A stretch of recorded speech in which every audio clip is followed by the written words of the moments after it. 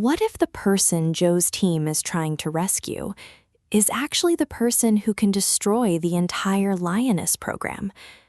And what if the enemy already knows exactly where Joe is going? Lioness Season 3, Episode 4.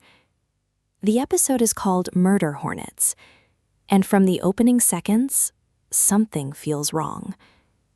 Joe has a location. Her team has a target. The clock is ticking. But there is one problem. Nobody knows who sent the information, and that single question could get everyone killed. The episode opens late at night, a private airfield somewhere outside Europe. Rain is hitting the runway. A black SUV moves through the darkness without headlights. Inside the vehicle, a young intelligence officer named Daniel Voss is staring at a photograph. The photograph shows a woman. Her name is Elena Markovich. Officially, Elena is a Russian intelligence analyst. But according to Joe's latest intelligence, Elena has been secretly passing information to the West. And now she has disappeared. Joe looks at the photograph. She doesn't say anything. Her team waits.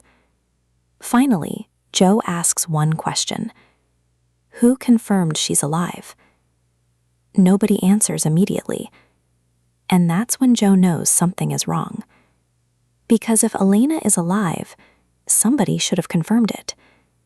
If she's dead, somebody should have found the body. Instead, they have nothing. Only a location. And a time. Joe looks at the map. Then we're not going there to rescue her. The room becomes silent.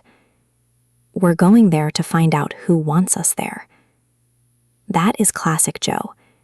She doesn't trust the information. She trusts patterns. And this pattern is screaming trap. But Command wants action. A senior official tells Joe that Elena possesses information about a secret Russian operation. An operation that could expose agents operating in several Western intelligence agencies. If Elena reaches Russia, the opportunity is gone. Joe has no choice. The team moves.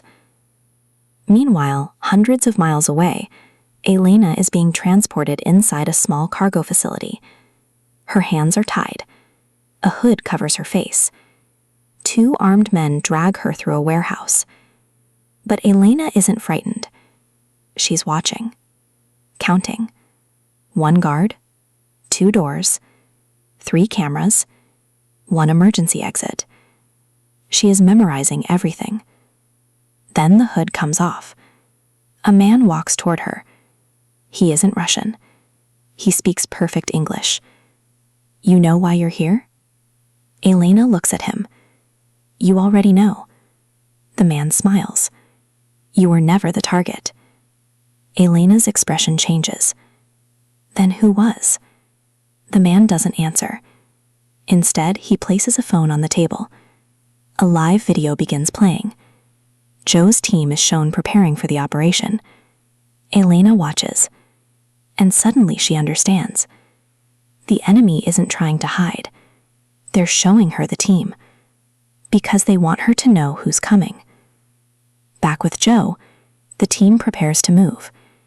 The operation looks simple. Get inside, locate Elena, extract, disappear. But Joe changes the plan. She divides the team. 1 group enters from the north. Another approaches from the south. And Joe stays outside. Her instincts tell her something is wrong. Then, a radio signal appears. Someone is transmitting from inside the facility. Joe listens. A voice says, Lioness is in position. Joe freezes. Nobody outside the team should know that name. She immediately orders everyone to stop. But it's too late. The lights inside the warehouse suddenly shut off. Complete darkness. Then 1 light comes on. A single chair sits in the middle of the room. And on that chair is Elena. Alive. Waiting. Joe whispers, That's not possible. Then Elena looks directly toward the hidden camera and says, "Hello, Joe." The team is stunned. Elena knows Joe's name. She knows the operation. And somehow, she knows exactly where everyone is standing. Joe orders her team not to move. This is no longer a rescue. It's a negotiation. Joe enters the warehouse alone. Her weapon remains lowered. She walks toward Elena. "Elena." Elena smiles. "You took your time." Joe looks around. "Who told you I was coming?" Elena answers. "You did." Joe stops. "What?" Elena explains that the information about her location was leaked deliberately. But the leak wasn't from Russia. It came from inside the American intelligence network. Someone wanted Joe to find her, and they knew Joe would follow the lead. Joe asks the question that matters. "Who?" Elena looks at her. "I don't know." Joe doesn't believe her. Elena continues. "But I know what they want." She tells Joe about a classified operation called Murder Hornet. The operation was created years earlier. Its purpose was simple: identify enemy intelligence networks by feeding them controlled information. But the operation was compromised. Someone inside the program began using it for something else. Instead of identifying enemy spies, they started creating them. Joe realizes what that means. Someone has been manipulating both sides. Russian intelligence, American intelligence, private contractors, everyone. And they've been making money from the chaos. Joe asks, "Who runs it?" Elena looks toward the ceiling. Then she says, "The person who knows everything about you." Joe's expression changes, because she immediately understands. There is only one person who could know enough. Someone who has access to her operations, her history, her family, her team, her weaknesses. Before Joe can ask another question, the warehouse explodes. The windows shatter. Gunfire erupts. Joe dives behind a concrete barrier. Her team returns fire. The rescue operation becomes a firefight. But something strange happens. The attackers don't shoot at Elena. They shoot around her. They're creating a corridor. They're trying to push Joe's team toward one specific exit. Joe realizes the truth. "They're hurting us." Her teammate asks, "To where?" Joe looks toward the door. The kill zone. She orders everyone to move in the opposite direction. The team fights through the warehouse. One operator is injured. Another loses communication. The building begins filling with smoke. Joe finds Elena again. "Can you walk?" Elena nods. "Can you run?" Elena smiles. "I've been running for 3 days." They move. Then Elena suddenly stops. She looks at Joe. "There is something you need to know." Joe turns. "What?" "Elena Markovich isn't my real name." Joe stares at her. The woman gives her real identity. And Joe realizes she has been searching for this woman for years. Not because she was an enemy, because she was believed to be dead. The woman is actually Anya Volkov, a former intelligence operative who disappeared after an operation went wrong.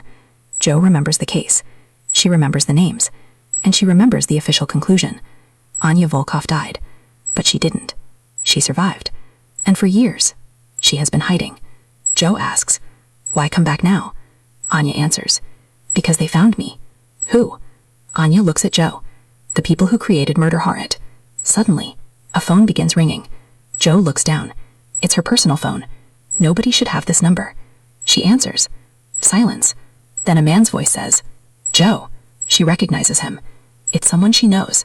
Someone she trusted. Someone who should be nowhere near this operation. The voice says, "You should have stayed home." The call ends. Joe looks at Anya, and Anya says, "Now you understand. The enemy isn't outside."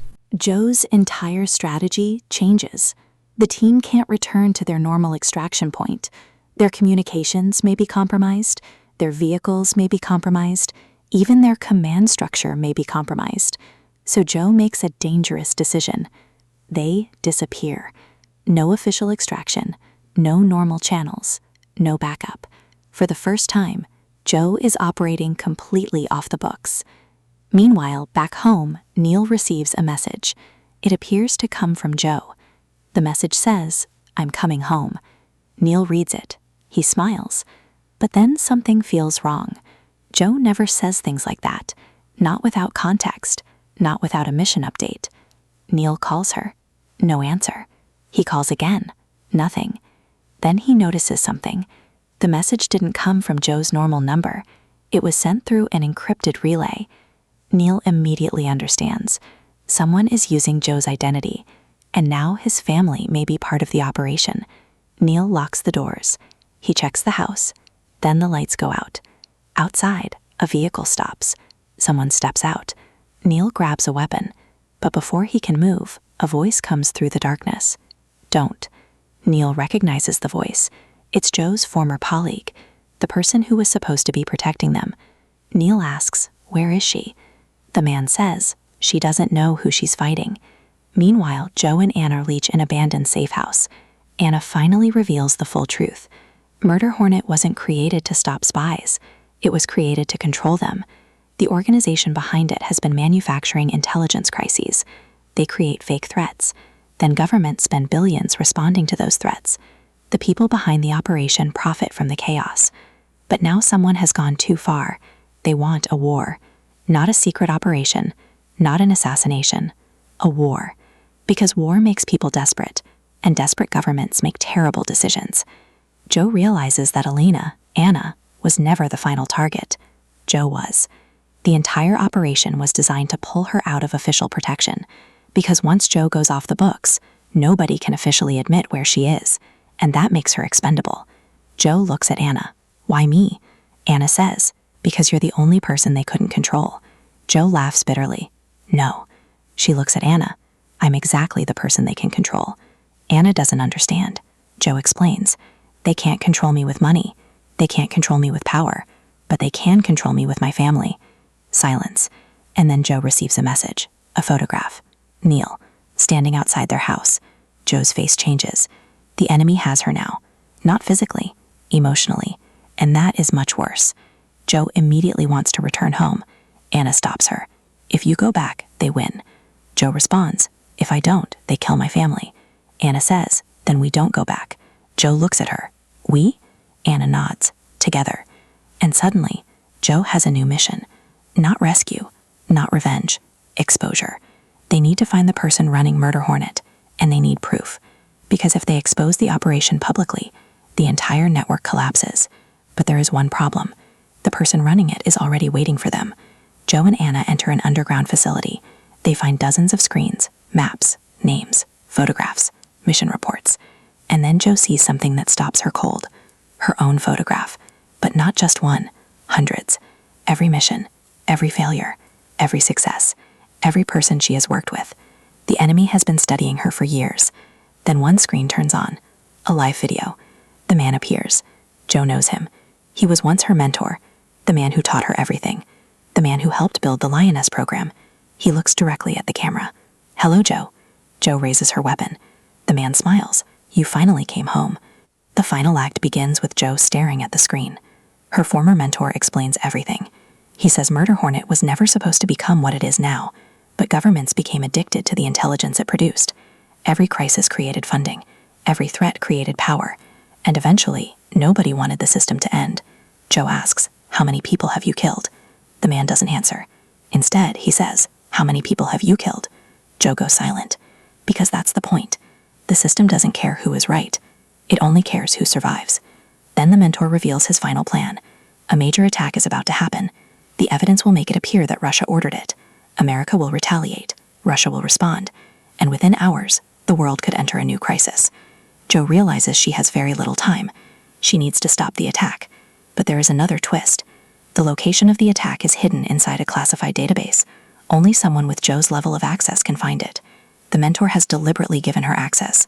Joe understands. He wants me to find it. Anna nods. Because he knows you'll try to stop it. Joe looks at the screens. Then she smiles. And for the first time in the episode, she has a plan. She doesn't search for the attack. She searches for the fake intelligence surrounding it. She follows the misinformation. One false report leads to another. One fake identity connects to another. And finally, she finds the real location. A remote communications facility. Joe sends the coordinates to a trusted contact. But before the message can transmit, the system detects her. Alarms begin screaming. The facility goes into lockdown. Armed guards rush toward them. Joe and Anna prepare for the final fight. The battle is brutal, close, personal. Joe fights through the facility while Anna works on the computers. One by one, the servers begin shutting down. Then Anna discovers something. A file titled, Lioness, Joe McNamara. She opens it. Inside is a psychological profile, and at the bottom, a final prediction. When threatened with the loss of her family, she will abandon the mission. Anna looks at Joe. They know exactly what you'll do. Joe looks back. No. She deletes the file. They think they do. Then Joe does something unexpected. She doesn't choose the mission, and she doesn't choose her family. She chooses both.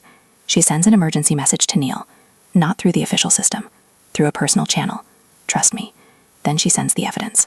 Everything. Names, files, operations, Murder Hornet, the entire network. The mentor realizes what she's done. You'll destroy everything. Joe looks at the screen. No. She pauses. I'm destroying your version of everything. The files go public. Across the world, intelligence agencies begin receiving the evidence. The operation collapses.